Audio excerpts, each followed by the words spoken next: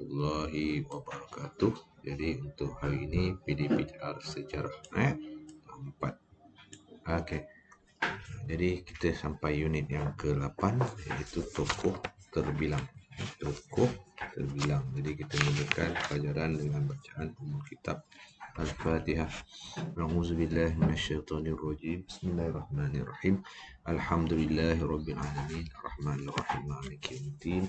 Iyyaka na'budu wa iyyaka nasta'in. Ihdinas siratal mustaqim. Siratal ladzina an'amta 'alaihim ghairil maghdubi 'alaihim waladdallin. Amin. اللهم افتح لنا حكمتك واجعل لنا من حزائن رحمتك يا ارحم الراحمين. رب اشرح لي صدري ويسر لي امري واحلل عقدة من lisani yafqahu qawli amma. Jadi untuk topik ini subunit ketiga itu ni ketiga ni peranan tokoh terbilang. Peranan tokoh terbilang. Sebelum ni kita dah belajar dah siapa tokoh-tokoh itu. Dari hari ini kita nak lihat peranan 3 orang tokoh terbilang. Jadi kita terus ke muka ke buku inilah muka surat yang ke-110. Peranan tokoh terbilang. Baik, Sultan Sultan antara tokoh pertama terbilang pada zaman Kesultanan Melayu Melaka, merupakan pemerintah tertinggi kerajaan, dibantu oleh bendahara dan laksmana, 2 orang lagi, bendahara dan laksmana. Jadi hari ini kita nak lihat tokoh-tokoh ini membawa kegemilangan pada zaman Kesultanan Melayu Melaka. Okey, ini pidato dia. Boleh baca nanti sendiri. Tajuk pidato di peranan Sultan sebagai pemerintah. Ini berada pada kedudukan yang tertinggi, menjadi lambang perpaduan, melantik pembesar. Itu dia punya peranan lah. Apa tanggungjawab dia. Kemudian menjalinkan hubungan diplomatik. Dia juga sebagai bila dia menjalin hubungan diplomatik, dia menerima kunjungan pedagang asing. Sebab itu peranan Sultan tu penting. Kena ada ketua. Zaman dulu ketua ni lah. Baik, seterusnya saya setuju dengan pendapat pemidato tadi. Selain daripada yang dah dinyatakan tadi, peranan dia, Sultan juga berperanan mengetuai Angkatan Tentera Melaka untuk meluaskan jajahan takluknya. Dia jadi ketua kepada tentera dia lah pada masa itu. Okey, benar. Sultan merupakan ketua. Selain itu apa lagi? Selain itu, selain menjadi lambang perpaduan, melantik pembesar, menjalinkan hubungan diplomatik, mengetuai Angkatan Tentera, Sultan juga merupakan ketua agama Islam dan adat istiadat Melayu. Sampai sekarang ni masih lagi berlaku lah di negara kita, merupakan ketua agama Islam. Ketua agama Islam. Okey, bukan itu saja, Sultan juga memastikan keselamatan dan ini ditambahlah. Sultan juga memastikan keselamatan dan keamanan negeri Melaka. Okey. Di samping itu juga peranan Sultan lagi, ni tambah 1, 2, 3. Tadi dah 3 dah yang atas ni. 3. Kemudian yang ni pun ada lagi, baginda turut menggalakkan perkembangan ilmu pengetahuan. Jadi rakyat Melaka pada situ turut belajar. Belajar daripada pedagang-pedagang ni, bahasa Arab dan sebagainya, bahasa-bahasa asing.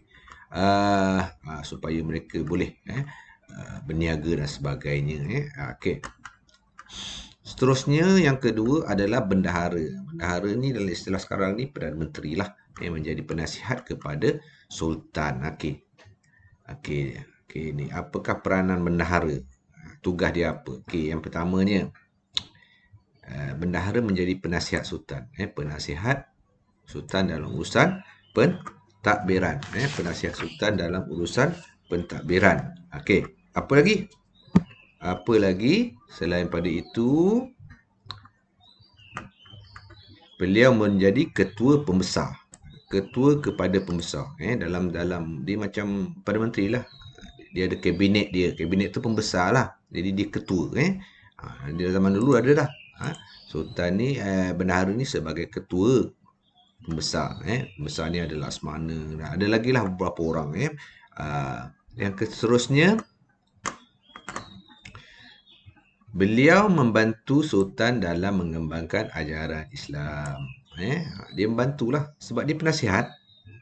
Dia membantu dalam urusan mengembangkan agama Islam. Jadi ramailah orang Melaka pada masa itu menganut agama Islam. Okey, yang kelima, bendahara menjadi ketua diplomat, ketua hakim dan mengetuai angkatan perang.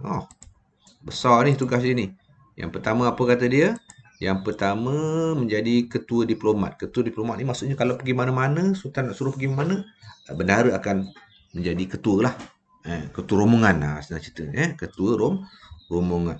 Kemudian bila ada berlaku apa-apa masalah rakyat ni, dia menjadi hakim. Orang akan rujuk kepada bendahara untuk menyelesaikan masalah.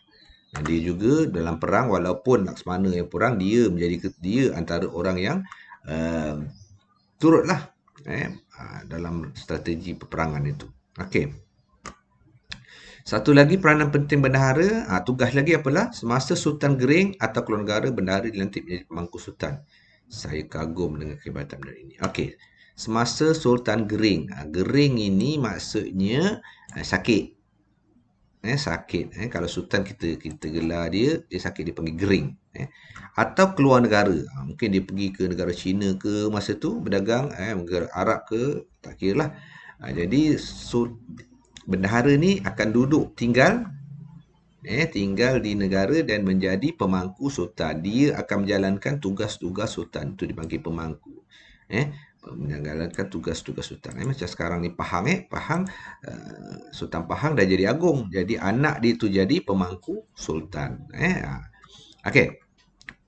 Dan yang seterusnya, yang ketiga adalah Laksmana. Laksmana ni macam Panglima Angkatan Tentera lah, perang, bahagian ketenteraan.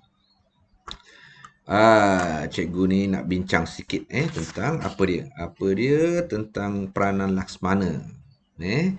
Cikgu melalui pembacaan saya, kata dia, saya mendapati Laksmana mengetuai Angkatan Laut Melaka dalam melakukan serangan. Okey, Laksmana ni mengetuai Angkatan Laut Melaka. Dia ada dulu naik kapal, jadi dia mengetuai Angkatan Laut. Dulu Angkatan Darat tak ada, sebabnya tak perang kat darat. Dia banyak perang kat laut. Masa tu ada Lanun dan sebagainya. Itu nak menjajah, menakluk melalui jalan laut. Jalan darat masa tu tak ada sangat. Hutan padat. Binatang banyak. Jadi mereka banyak gunakan jalan laut, jalan sungai dan sebagainya. Okey, mengetuai Angkatan Laut Melaka. Ya, betul kata cikgu. Selain itu, Laksmana menjaga keamanan perairan Melaka dan keselamatan para pedagang. Okey, menjaga keamanan perairan Melaka.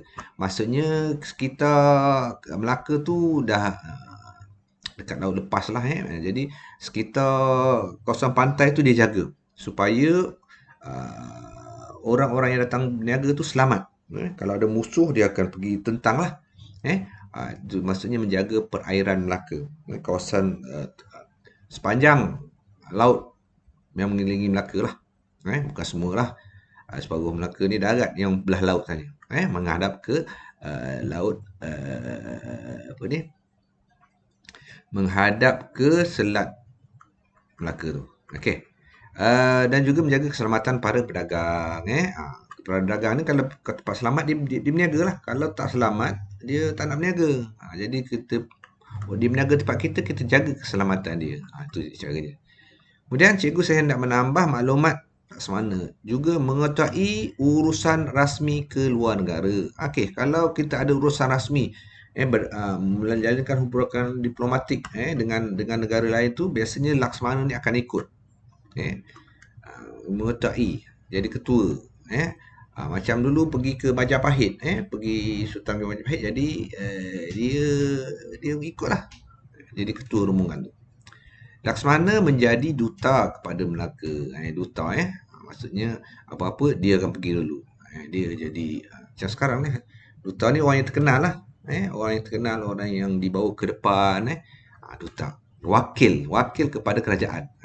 Kalau sekarang ni duta dia ni maksudnya wakil kepada Sultan Melaka lah. Wakil. Duta ni wakil. Cikgu saya hendak berkongsi maklumat. Laksamana merupakan seorang yang berani kerana beliau pengawal peribadi sultan. Mestilah orang yang berani. Zaman dulu Hang Tuah tu lah. Dia jadi pengawal. Jadi musuh tak dapat nak tewaskan dia. Sebab itulah dia menjadi pengawal sultan. Okey.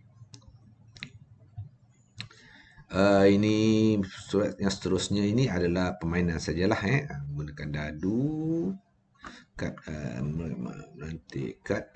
Jadi ini boleh mainlah. Boleh main sendiri. Mainlah dengan adik ke. Okay, ini imbas kembali yang kita dah belajar minggu lepas dan minggu ini. Yang pertama, struktur masyarakat dia ada 4 lapis. Ingat balik, ni awak dah buat lah. Yang kedua, kenali tokoh bilang. Ini pun saya dah minta awak buat dah. Dia punya nota dah. Ada yang buat tapi ramai yang tak buat dan tak tahulah. Yang tak hantar. Ada yang hantar tapi ramai yang tak hantar. Buat tak buat, cikgu tak pastilah. Selagi dia tak hantar, cikgu rasa dia tak buat lah. Okey, seterusnya yang hari ini adalah peranan tokoh terbilang. Jadi untuk tajuk yang unit yang ke-8 ini saja 3 perkara yang awak belajar. Boleh ulang kaji. Yang ni peranan dia, ulang kaji balik. Okey, inilah sampai sekarang lanjutan daripada Kesultanan Melayu Melaka itu, kita masih lagi ada struktur raja di negara kita. Ni sekarang ni buku barulah agung kita, Sultan Pahang. Okey. Ni boleh baca. Okey, dan seterusnya nanti kita akan minggu depan kita akan pergi ke unit 9. Untuk ini awak buat nota sedikit tentang peranan sultan, apa dia, buat ringkas-ringkas je. Terminda pun tak apa. Peranan bendahara apa dia, dan peranan Laksamana apa dia. Itu saja untuk hari ini. Assalamualaikum warahmatullahi wabarakatuh. Selamat belajar.